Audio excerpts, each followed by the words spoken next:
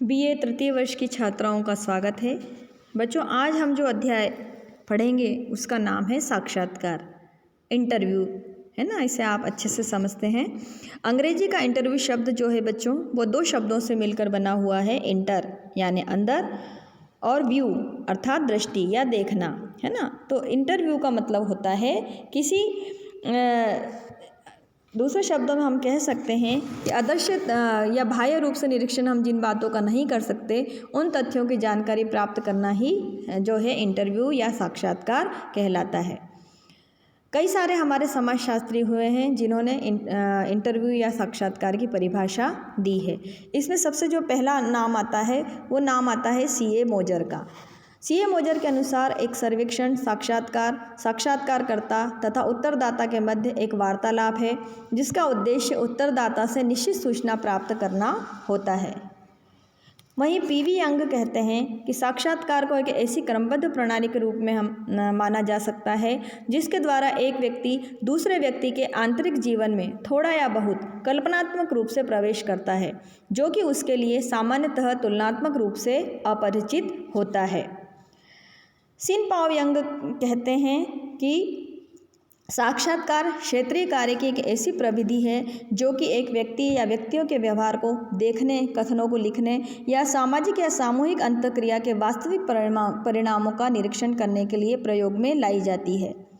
यह एक ऐसी सामाजिक प्रक्रिया है जिसमें दो व्यक्तियों के मध्य अंतःक्रिया सम्मिलित होती है। गुडे एवं हार्ट ने साक्षात्कार को मूल रूप से सामाजिक अंतःक्रिया की एक प्रक्रिया माना है। हेडर और लिंडमैन ने साक्षात्कार को दो या अधिक व्यक्तियों के मध्य एक संवाद माना है जिसमें मौखिक उत्तर प्रत्युत्तर होते हैं। पामर ने साक्षात्कार को एक मनोवैज्ञानिक प्रक्रिया कहा है जिसमें दो व्यक्ति के बीच उत्तर प्रत्युत्तर होते हैं। इन परिभाषाओं से यह स्पष्ट होता है कि साक्षात्कार एक ऐसी व्यवस्थित पद्धति है जिसमें दो या दो से अधिक व्यक्ति किसी विशिष्ट उद्देश्य को सामने रखकर परस्पर आमने सामने होकर संवाद, वार्तालाप, उत्तर प्रत्युत्तर करते हैं। यह एक मनोवैज्ञानिक विधि है जिसमें साक्षात्कारकर्ता उत्तरदाता की भावनाओं, विचारों, मनोवृत्तियों, आंतरिक जीवन का गहन अध्ययन करता है। यह एक सामाजिक प्रक्रिया है। तो साक्षात्कार जो है वो वास्तव में क्या है? संवाद है। किसी विषय विशेष पर जो है संवाद, वार्तालाप या उत्तर प्रत्युत्तर है। साक्षात्कार के लिए जो है कम से कम दो या दो से अधिक व्यक्तियों का होना आवश्यक है जो परस्पर संपर्क, वार्तालाप और अंतःक्रिया करते हैं। इन व्यक्तियों में एक साक्षात्कार लेने वाला और दूसरा उत्तरदाता होता है। तीसरा, साक्षात्कार एक सामाजिक प्रक्रिया है। साक्षात्कार का एक उद्देश्यपूर्ण वार्तालाप यानी किसी विषय को लेकर जब बात की जाती है तो उसे हम साक्षात्कार कहते हैं। अन्यथा हम सामान्य रूप से जो बातें करते हैं वो वार्तालाप ही कहलाता है, साक्षात्कार नहीं कहलाता है, बातचीत कहलाता है वो व्यक्ति। और यह एक मनोवैज्ञानिक प्रक्रिया है। साक्षात्कार में दोनों पक्षों के बीच आमने सामने के और प्राथमिक संबंध स्थापित हो जाते हैं। साक्षात्कार में अनुसंधानकर्ता द्वारा अध्ययन विषय से संबंधित सूचनाओं और तथ्यों का संकलन किया जाता है। तो इस तरह हम देखते हैं कि साक्षात्कार जो है सूचना संकलन की एक मौखिक विधि है। अब साक्षात्कार निर्देशिका हम कैसे तैयार करें? तो साक्षात्कार निर्देशिका जब हम तैयार करते हैं, बच्चों मैंने बताया था अनुसंधान में और सर्वेक्षण में साक्षात्कार ही महत्वपूर्ण होता है। हम अपने जिस भी विषय में हम अध्ययन कर रहे होते हैं उस विषय पर कुछ प्रश्न बनाते हैं और उस प्रश्नों का उत्तर हम उत्तरदाता से चाहते हैं।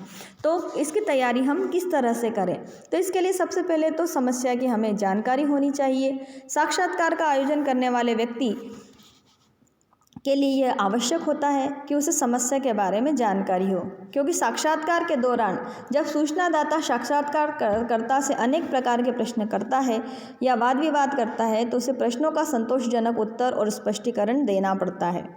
विषय के ज्ञान के अभाव में साक्षात्कारकर्ता को लज्जित होना पड़ सकता है और ऐसी स्थिति में अनुसंधान भी सफल हो यह जरूरी नहीं है। इसलिए यह आवश्यक है कि साक्षात्कारकर्ता को विषय के बारे में पूर्ण जानकारी हो और वह सूचनादाता जब भी उससे पूछना चाहे उसकी बातों को स्पष्ट कर सके।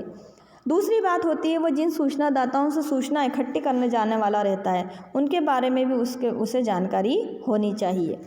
साक्षात्कारकर्ता को सूचनादाताओं की योग्यता, उनके निवास स्थान, व्यवसाय, स्वभाव, अवकाश तथा मिलने का समय, इन सब के बारे में जानकारी होनी चाहिए। साथ ही साथ सूचनादाताओं की प्रकृति, विचार और संस्कृति, जाति, सामाजिक स्थिति, इन सब बातों का भी उसे ज्ञान होना चाहिए ताकि वह साक्षात्कार उसका सफल रहे।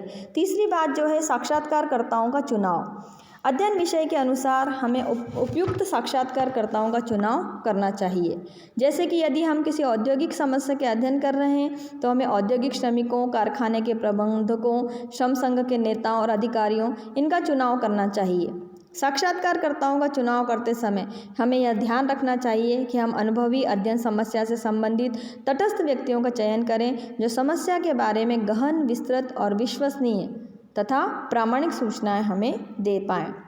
कई बार ऐसा होता है कि साक्षात्कारकर्ताओं का एक समूह बना लेना भी लाभदायक होता है और यदि साक्षात्कारकर्ता बहुत अधिक संख्या में हो तो निदर्शन द्वारा भी उनसे वांछित मात्रा में सदस्यों का चयन कर लिया जाना चाहिए।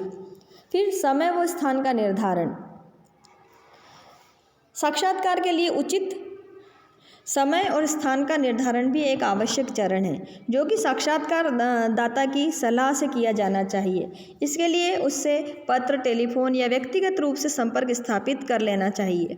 समय और स्थान का निर्धारण करने से पूर्व उसे परिचय पत्र भी भेजना चाहिए ताकि वह साक्षात्कार के संबंध में किसी प्रकार का संदेह न करे।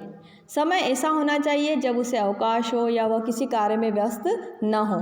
इसी तरह से स्थान का निर्धारण भी ऐसा करना चाहिए जो जहां वह अपनी गोपनीय सूचनाएं दे सके। सार्वजनिक स्थान या व्यवसाय स्थल पर सामान्यतः साक्षात्कार लेना उपयुक्त नहीं होता है। फिर साक्षात्कार यंत्रों की रचना भी उसने पहले से कर लेनी चाहिए, जैसे अनुसूची बना लेना, साक्षात्कार प्रदर्शिका बना लेना। इनमें से कौन सा यंत्र कहाँ प्रयोग में लाना है यह भी उसने निश्चित कर लेना चाहिए। एक होती है साक्षात्कार अनुसूची। यह विषय से संबंधित प्रश्नों की एक सूची होती है जिसे क्रमबद्ध रूप से लिखा जाता है। इन प्रश्नों को साक्षात्कारकर्ता पूछता जाता है और रिक्त स्थान में उनके सामने उत्तर लिखता जाता है। यह प्रश्नावली का ही एक स्वरूप है। साक्षात्कार अनुसूची में उत्तरदाता का नाम, स्थान, आयु, जाति, वैवाहिक स्थिति, धर्म, व्यवसाय, इन सब बातों का उल्लेख होता है।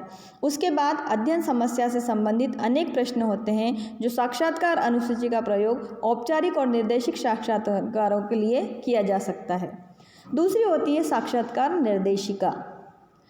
साक्षात्कार निर्देशिका एक लिखित प्रपत्र होता है जिसमें समस्या के विभिन्न पक्षों का विवरण होता है। गुडे और हार्ट ने इस बारे में स्पष्ट करते हुए लिखा भी है कि साक्षात्कार पत्र प्रदर्शिका ऐसे शोध प्रसंगों या विषयों की एक सूची होती है जिसमें साक्षात्कारकर्ता को प्रश्न पूछने के लिए प्रश्नों के क्रम, भाषा, तरीके की पूर्ण स्वतंत्रता होती है। औपचारिक साक्षात्कार में इसका प्रयोग प्रमुख रूप से किया जाता है। साक्षात्कार पत्र प्रदर्शिका में समस्या के विभिन्न पहलुओं की रूपरेखा निहित होती है। इसमें साक्षात्कार की पूर्ण योजना का विवरण होता है, पूछने योग्य महत्वपूर्ण प्रश्नों की सूची और साक्षात्कार की प्रक्रिया के बारे में आवश्यक सावधानियों और निर्देशों का भी उसमें उल्लेख होता है। साक्षात्कार पत्र प्रदर्शिका की रचना करते समय यह ध्यान रहे कि यह नियंत्रक ना हो, है ना, केवल मार्गदर्शक ही हो।